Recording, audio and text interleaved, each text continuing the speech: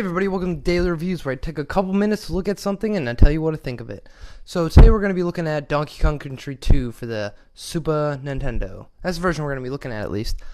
About a couple months ago, I did a full review on Donkey Kong Country, and I love that game. I love the challenge, I love the level design, everything. I loved it. And this game is pretty much better in every respect. It's got bigger levels, more secrets, more stuff to collect, better graphics, better level design, better challenge, and yeah, it's pretty much better overall. So before I say all these good things about it, I want to get over the couple bad things which pretty much prevent this from being a perfect game. But don't trust me, it's not like it's not worth playing. This game's awesome. But the challenge is fine. It's really challenging, and I've never gotten, I've got a lot of game overs in this game, which is, pretty unordinary for me.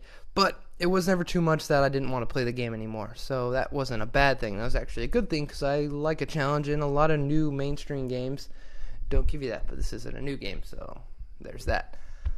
The other thing is, the levels might be just a tad too long. I don't know if I'm just used to this day and age of quick, fast levels, but they didn't get bored to the point of boring, but they got to a point where they unstayed their welcome just a little bit. Like, if they were 10% shorter, it would have made a huge difference, and I think it would have helped it overall. The other thing is the hit detection is still a little bit off, which is kind of a shame. And the last thing is kind of a positive and a negative, because I'm a huge fan. This is my favorite thing in the game, is the level variety. I hate that word. But the more changes of a level you get to do, if you go to snow, to desert, and all that, it's better than, because some games that are long, you might stay in a warehouse for 3/4 of the game, and that just bores me so much. This game does a good job of changing the levels, but the styles repeat, which is fine, but it's just a tad too much, and they're not the most exciting. But some of them are so great, especially towards the end and the beginning. Those are the most interesting. Some levels in the middle kind of get forgotten and all that. As for the animal buddies, they make a return, and now they have their own stages where you get to play as the animal instead of riding them, which is change it up how it's played a little bit, because you need them for this level, so the puzzles are more specific towards them, because in the other one, if you got hit, they ran away, and then you'd be completely screwed. So they changed that, so they got some more puzzles, and they get intense, especially towards the end of the game when you switch from animal to animal, and boy, is it fun.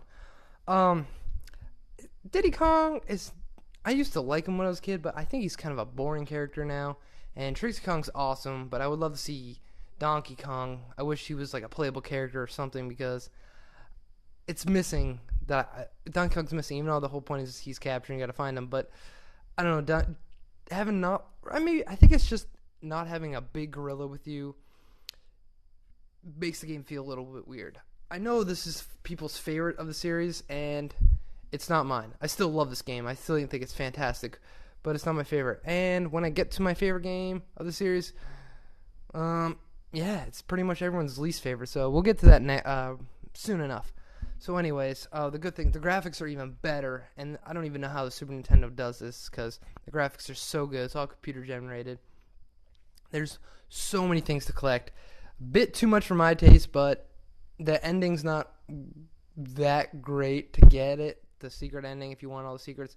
So you don't have to, and you don't feel like you're missing anything. You can either pretty much play the game as you collect everything, or you don't, you just beat the levels. So it was really good in that, in fact, because it doesn't block you from getting the last level of, there's a secret level where you have to collect the stuff, but to still get the game over screen, the winning screen, you don't need anything. It doesn't prevent you, which is good, because that would hurt the game a lot. The bosses are good for the most part. They're much more inspired than the first one, but they still get a little frustrated, and they're kind of, just here's the pattern. But for a platforming game, it's hard to think of a creative boss, so it still does a really good job. The ending, the challenge is fun. It's a must play. I give this game a 9 out of 10. It's better than the first one, but I don't think it's the best out of the series, and it's not a perfect game, because it still has its little issues, but play it. It's on the Game Boy Advance. It's on the Virtual Console. Because, actually, this game's not very expensive. So if you have a Super Nintendo, I got this game for like $7. It's definitely worth it. Until next time, when I look at Donkey Kong Country 3, I will be eating bananas and something. Man, I gotta work on these endings. Check you guys later. Remember to like, subscribe, comment, and all that good stuff. So next time, I'll see you later. Bye.